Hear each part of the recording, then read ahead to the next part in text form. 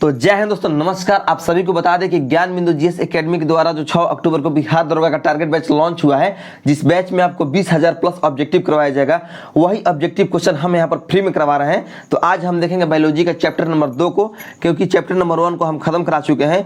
यही बैच को आप वहाँ पर खरीदने जाते हैं तो आपको 1,000 रुपये का भुगतान करना पड़ेगा, लेकिन हम आपको यहाँ पर फ्री में करवा रहे हैं। तो चलिए देखते हैं चैप्टर नंबर 2 के क्वेश्चन नंबर पहला को। तो क्वेश्चन नंबर पहला में दिया गया है दोस्तों, कोशिकाओं का ऐसा समूह जो रूप, कार्य और उत्पत्ति में समान होता है उसे क्या कहते हैं। कोशिकाओं का ऐसा समूह जो रूप, कार्य और उत्पत्ति में समान होता है उसे क्या कहते हैं, तो उसे उत्तक कहते हैं। तो आपका सही उत्तर हो जाएगा ऑप्शन नंबर बी, उत्तक।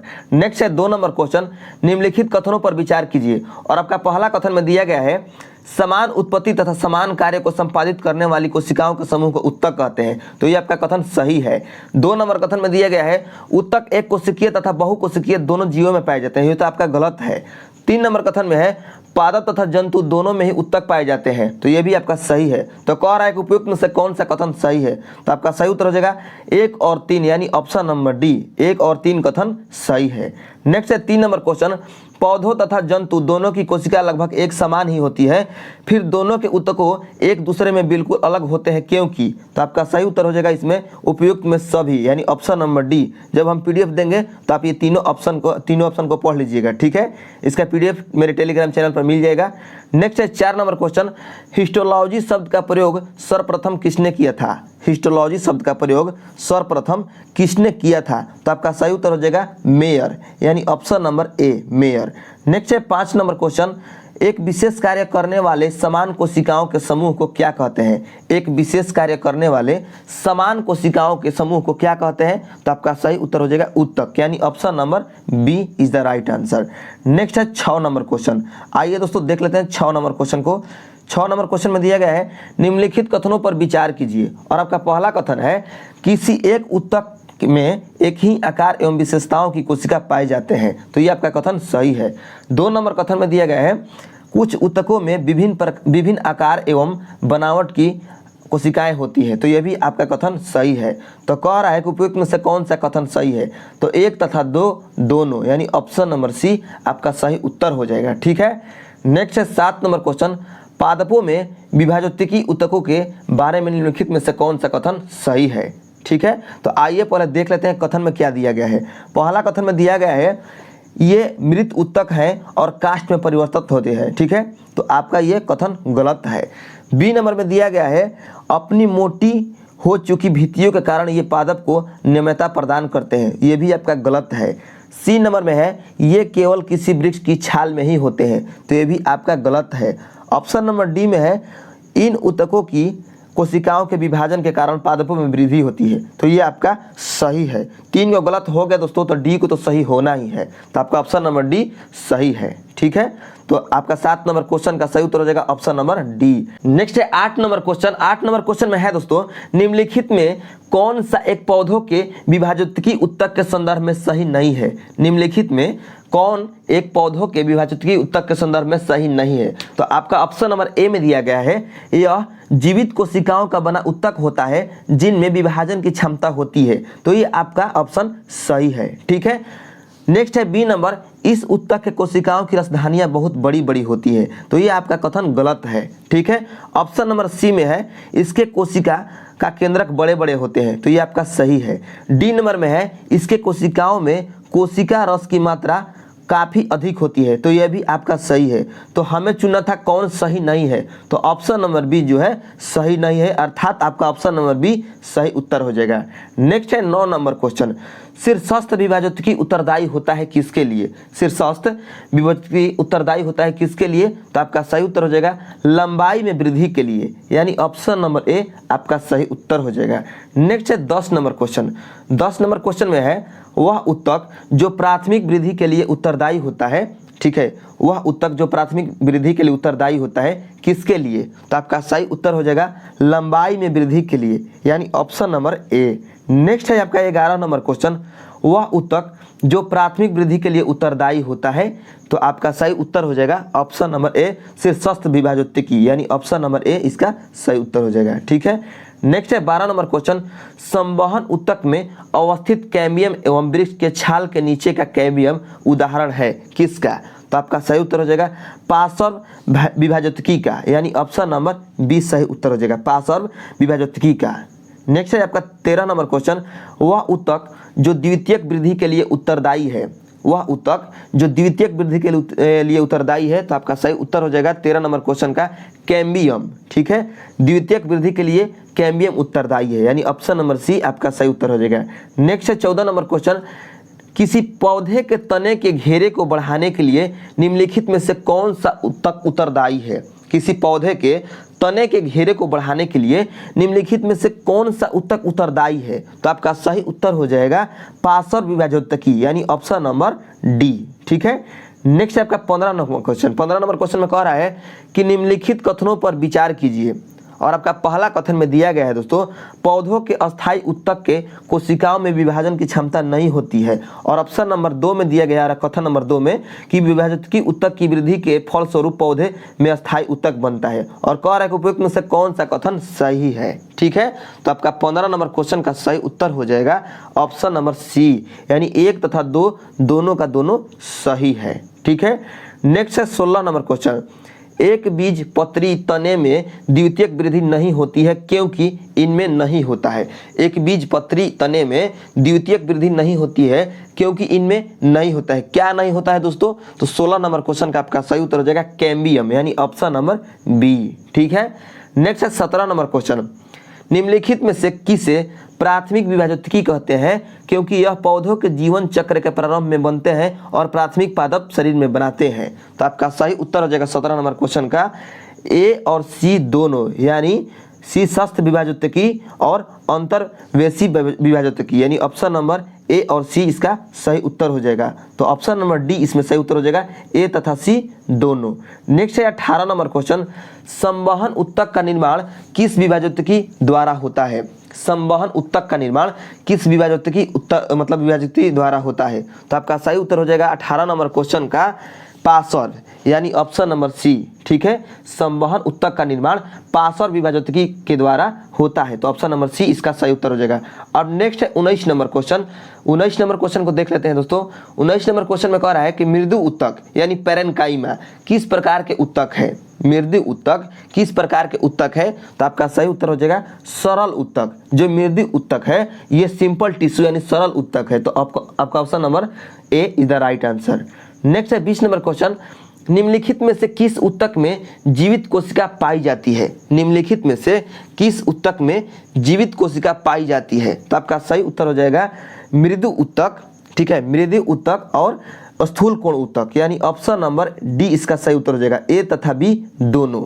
20 का सही उत्तर होगा ए तथा बी दोनों। नेक्स्ट है 21 नंबर क्वेश्चन, मृदु ऊतक का मुख्य कार्य क्या है। मृदु ऊतक का मुख्य कार्य क्या है। तो आपका सही उत्तर हो जाएगा 21 नंबर क्वेश्चन का भोज्य पदार्थ का संग्रह करना। भोज्य पदार्थ का संग्रह करना, यानी ऑप्शन नंबर ए आपका सही उत्तर हो जाएगा। नेक्स्ट है 22 नंबर क्वेश्चन, वायु ऊतक यानी पैरेन्काइमा किन पौधों में पाया जाता है। वायु ऊतक किन पौधों में पाया जाता है। तो आपका सही उत्तर हो जाएगा दोस्तों हाइड्रोफाइटस, यानी ऑप्शन नंबर बी हाइड्रोफाइटस में पाया जाता है वायु ऊतक। नेक्स्ट है आपका 23 नंबर क्वेश्चन, जलोदविद निम्न में से किसकी उपस्थिति के कारण जल में तैरते हैं। जलोदविद निम्नलिखित में से किसकी उपस्थिति के कारण तैरते हैं जल में। तो आपका सही उत्तर हो जाएगा 23 नंबर क्वेश्चन का वायु ऊतक के कारण, यानी option number A is the right answer. ठीक है, नेक्स्ट है आपका 24 नंबर क्वेश्चन, वह कौन सा ऊतक है जिसकी कोशिकाएं जीवित होती है भित्तिसेलुलोज तथा पेक्टिन की बनी होती है और कोणों पर अलिग्निनी स्थूलन मिलते हैं। तो आपका सही उत्तर हो जाएगा 24 नंबर क्वेश्चन का कोलेनकाइमा, यानी ऑप्शन नंबर सी। नेक्स्ट आपका 25 नंबर क्वेश्चन, निम्नलिखित में से कौन एक ऊतक केवल तरुण पौधों में पाया जाता है बड़े बड़े वृक्षों में नहीं। निम्नलिखित में से कौन एक ऊतक केवल तरुण पौधों में पाया जाता है बड़े बड़े वृक्षों में नहीं। तो 25 नंबर क्वेश्चन का सही उत्तर हो जाएगा स्थूल कोण ऊतक, यानी ऑप्शन नंबर बी। ठीक है, नेक्स्ट है आपका 26 नंबर क्वेश्चन, शाकीय द्विबीजपत्री पौधे जैसे सूर्यमुखी कद्दू को लचीलापन तथा दृढ़ता प्रदान करने वाला ऊतक कौन है। शाकीय द्विबीजपत्री है जैसे में पौधे जैसे है सूर्यमुखी के पौधे, कद्दू, मतलब इनमें लचीलापन तथा दृढ़ता प्रदान करने वाला ऊतक कौन है? तो आपका सही उत्तर हो जाएगा 26 नंबर क्वेश्चन का स्थूल कोण ऊतक। यानी जो आपको कद्दू में और सूर्यमुखी पौधे में देखते हैं ना कि जब हवा मारेगा तो नीचे लेट जाएगा और फिर सूर्य का प्रकाश लगने पर खड़ा हो जाएगा, तो उसमें कौन सा ऊतक होता है जिसके कारण ये लचीलापन का गुण रहता है? तो आपका स्थूल कोण ऊतक रहता है। ठीक है, नेक्स्ट है आपका 27 नंबर क्वेश्चन। निम्नलिखित में से कौन सा एक ऊतक जड़ में उपस्थित नहीं रहते हैं? निम्नलिखित में से कौन सा एक ऊतक जड़ में उपस्थित नहीं रहते हैं? तो 27 नंबर क्वेश्चन का सही उत्तर हो जाएगा ऑप्शन नंबर डी, स्थूल कोण ऊतक। ये जो स्थूल कोण ऊतक है ये जड़ में नहीं पाए जाते हैं दोस्तों। ठीक है, नेक्स्ट है 28 नंबर क्वेश्चन। निम्नलिखित में से किस ऊतक के कोशिकाओं की भित्ति लिग्निन के कारण मोटी हो जाती है? ठीक है, निम्नलिखित में से किस कोशिकाओं की भित्ति लिग्निन के कारण मोटी हो जाती है? तो आपका सही उत्तर हो जाएगा 28 नंबर क्वेश्चन का दृढ़ ऊतक, यानी ऑप्शन नंबर सी, दृढ़ ऊतक के कारण कोशिकाओं की भित्ति मतलब लिग्निन के कारण मोटी हो जाती है। ठीक है, नेक्स्ट है आपका 29 नंबर क्वेश्चन। 29 नंबर क्वेश्चन में दिया गया है दोस्तों, पौधों के कुछ भाग मोड़ने पर बिना टूटे आसानी से मोड़े जा सकते हैं। कुछ भाग जैसे पत्ते और तने की इस नम्यता के कारण किसकी बहुतायता को माना जा सकता है? तो आपका सही उत्तर हो जाएगा ऑप्शन नंबर सी, दृढ़ोत्तक, यानी ऑप्शन नंबर सी सही उत्तर हो जाएगा। ठीक है, नेक्स्ट है 30 नंबर क्वेश्चन। रेशे उत्पन्न करने वाले पौधे जैसे पटुआ में किस ऊतक की प्रचुरता होती है, यानी किस ऊतक की अधिकता होती है? ठीक है, तो आपका सही उत्तर हो जाएगा दृढ़ ऊतक की। ठीक है, जो रेशा उत्पन्न करने वाला होता है पौधा जैसे में पटुआ, उसमें दृढ़ ऊतक की प्रचुरता होती है यानी अधिकता होती है। ठीक है, नेक्स्ट है 31 नंबर क्वेश्चन। फलों तथा बीजों का कठोर आवरण किस ऊतक के द्वारा तैयार होता है? फलों तथा बीजों का कठोर आवरण किस ऊतक के द्वारा तैयार होता है? तो 31 नंबर क्वेश्चन का आपका सही उत्तर हो जाएगा दोस्तों दृढ़ ऊतक, यानी ऑप्शन नंबर ए। ठीक है, नेक्स्ट है 32 नंबर क्वेश्चन। सुबेरिन नामक कार्बनिक पदार्थ जमा रहता है किसमें? सुबेरिन नामक कार्बनिक पदार्थ किसमें जमा रहता है? ठीक है, तो आपका सही उत्तर हो जाएगा कार्क कोशिका में। कॉर्क कोशिका में जमा रहता है सुबेरिन नामक कार्बनिक पदार्थ। ठीक है, नेक्स्ट है आपका 33 नंबर क्वेश्चन। व्यापारिक कॉर्क किससे प्राप्त होता है? व्यापारिक कॉर्क किससे प्राप्त होता है? तो आपका सही उत्तर हो जाएगा कॉर्क कैम्बियम से, यानी ऑप्शन नंबर डी आपका सही उत्तर हो जाएगा कॉर्क कैम्बियम से। नेक्स्ट है 34 नंबर क्वेश्चन। वाणिज्यिक मूल्य वाला कॉर्क किससे प्राप्त होता है? वाणिज्यिक मूल्य वाला कॉर्क किससे प्राप्त होता है? तो आपका सही उत्तर हो जाएगा क्वेकर्स सुबेर से, यानी ऑप्शन नंबर सी आपका सही उत्तर हो जाएगा। ठीक है, नेक्स्ट है 35 नंबर क्वेश्चन। देखिए दोस्तों, क्वेश्चन जो है थोड़ा सा आपको अटपटा लगेगा, लेकिन जो याद कर लेंगे ना, इस क्वेश्चन को आपको याद करना है, रटना है, किसी भी हाल में रटना है क्वेश्चन को। अगर आप इस क्वेश्चन को रट जाते हैं, पूरे बायोलॉजी को, बिट्टू झा का जो पूरा बायोलॉजी है, हम गारंटी देते हैं दोस्तों कि आपका दरोगा का नौकरी तो छोड़िए ना, आपका यूपी पीसीएस तक का नौकरी नहीं छूटेगा इससे। इतना इसमें जबरदस्त कंटेंट जो बिट्टू झा है वो भरे हैं इसमें। ठीक है, माने ये क्वेश्चन ही आपका परीक्षा में आएगा, इसी क्वेश्चन में से आता है। इतना क्वेश्चन बना दिए हैं ना एक चैप्टर में कि माने इससे बाहर क्वेश्चन नहीं आएगा। तो चलिए देखते हैं 35 नंबर क्वेश्चन। 35 नंबर क्वेश्चन में है मृदु ऊतक यानी पैरेन्काइमा की कोशिकाएं होती हैं, कैसे होती हैं? तो आपका सही उत्तर हो जाएगा 35 नंबर क्वेश्चन का गोलाकार होती है। जो मृदु ऊतक होता है इसकी कोशिकाएं गोलाकार होती है। ठीक है, नेक्स्ट है 36 नंबर क्वेश्चन। दृढ़ कोशिका में कौन सा गुण नहीं पाया जाता है? दृढ़ कोशिका में कौन सा गुण नहीं पाया जाता है? तो आपका सही उत्तर हो जाएगा ये मृदु ऊतक कोशिकाओं से निर्मित होती है, यानी ऑप्शन नंबर ए आपका सही उत्तर हो जाएगा।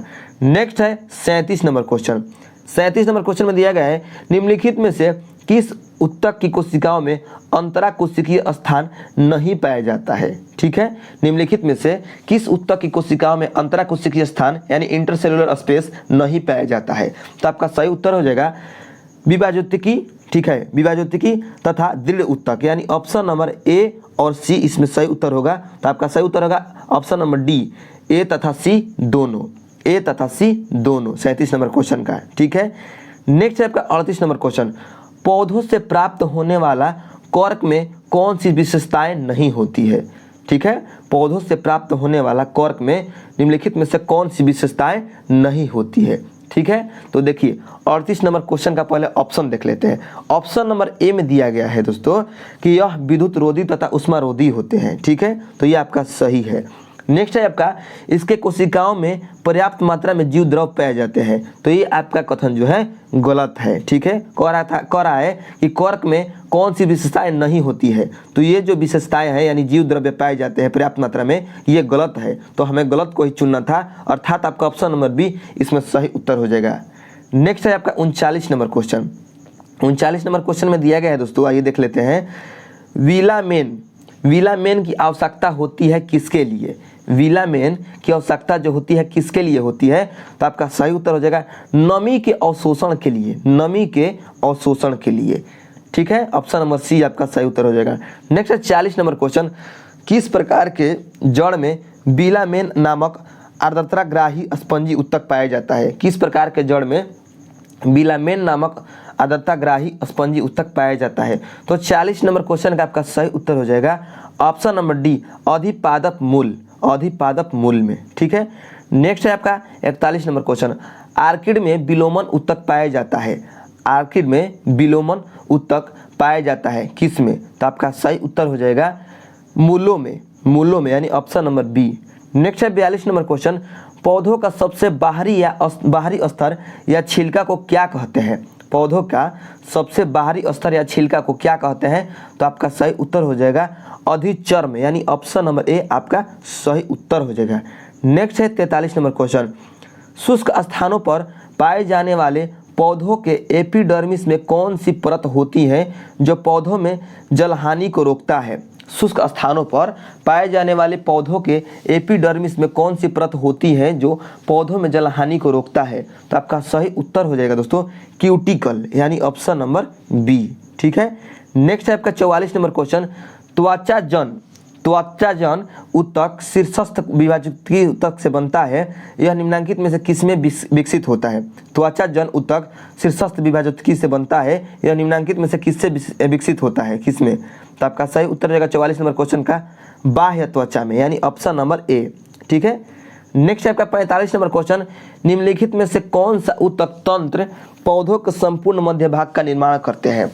निम्नलिखित में से कौन सा उत्तक तंत्र पौधों के संपूर्ण मध्य भाग का निर्माण करते हैं? तो आपका सही उत्तर हो जाएगा 45 नंबर क्वेश्चन का option number B, ground of fundamental tissue system यानी ऑप्शन नंबर बी आपका सही उत्तर हो जाएगा। ठीक है, नेक्स्ट है 46 नंबर क्वेश्चन, रंध्र तथा मूल रोम पाए जाते हैं। रंध्र तथा मूल रोम पाए जाते हैं किस में? तो आपका सही उत्तर हो जाएगा 46 नंबर क्वेश्चन का बाह्य त्वचा में यानी ऑप्शन नंबर ए। ठीक है, नेक्स्ट है आपका 47 नंबर क्वेश्चन, पौधों के बाह्य त्वचा के ठीक नीचे की परत को क्या कहते हैं? पौधों के बाह्य त्वचा के ठीक नीचे की परत को क्या कहते हैं? तो आइए पहले इसका ऑप्शन देख लेते हैं। ऑप्शन में है परिरंभ, मज्जा, कार्टेक्स, कैम्बियम। तो आपका 47 नंबर क्वेश्चन का उत्तर हो जाएगा दोस्तों 47 नंबर क्वेश्चन का ऑप्शन नंबर सी। ठीक है, कार्टेक्स कहते हैं। ठीक है, क्वेश्चन क्या था? क्वेश्चन था दोस्तों कि पौधों के बाह्य त्वचा के ठीक नीचे की परत को क्या कहते हैं? तो पौधों के बाह्य त्वचा के ठीक नीचे की परत को हम कार्टेक्स कहते हैं। ठीक है, तो इसको याद रखिएगा। नेक्स्ट 48 नंबर क्वेश्चन, पौधों के अंतःत्वचा और संवहन मंडल के बीच पाए जाने वाली परत को क्या कहते हैं? ठीक है, पौधों के अंतःत्वचा और संवहन मंडल के बीच पाए जाने वाली परत को क्या कहते हैं? तो आपका सही उत्तर हो जाएगा 48 नंबर क्वेश्चन का परिरंभ यानी ऑप्शन नंबर डी। नेक्स्ट है 49 नंबर क्वेश्चन, कैम्बियम के संबंध में निम्नलिखित में से कौन सा एक सही नहीं है? कैम्बियम के संबंध में निम्न से कौन सा एक सही नहीं है? तो आपका सही उत्तर हो जाएगा 49 नंबर क्वेश्चन का ऑप्शन नंबर बी, यह एक बीजपत्री तथा द्विबीजपत्री दोनों पौधों में पाया जाता है। यह आपका सही नहीं है, अर्थात ऑप्शन नंबर बी। नेक्स्ट है 50 नंबर क्वेश्चन, निम्नलिखित में से कौन सा परत भरण या मूल उत्तक तंत्र के अंतर्गत शामिल है? निम्नलिखित में से कौन सा परत भरण या मूल उत्तक तंत्र के अंतर्गत शामिल है? तो आपका सही उत्तर हो जाएगा ऑप्शन नंबर डी, कार्टेक्स, परिरंभ, मज्जा तथा पिध किरणें यानी ऑप्शन नंबर डी आपका सही उत्तर हो जाएगा। ठीक है, तो 50 क्वेश्चन इस वीडियो में कंप्लीट हो चुका है। जितना भी क्वेश्चन और बचा है इस चैप्टर में नेक्स्ट वीडियो में हम करा देंगे। ठीक है, इसमें नहीं करा रहे हैं कि वीडियो ज़्यादा लंबा हो जाएगा। ठीक है, तो मिलते हैं नेक्स्ट वीडियो में।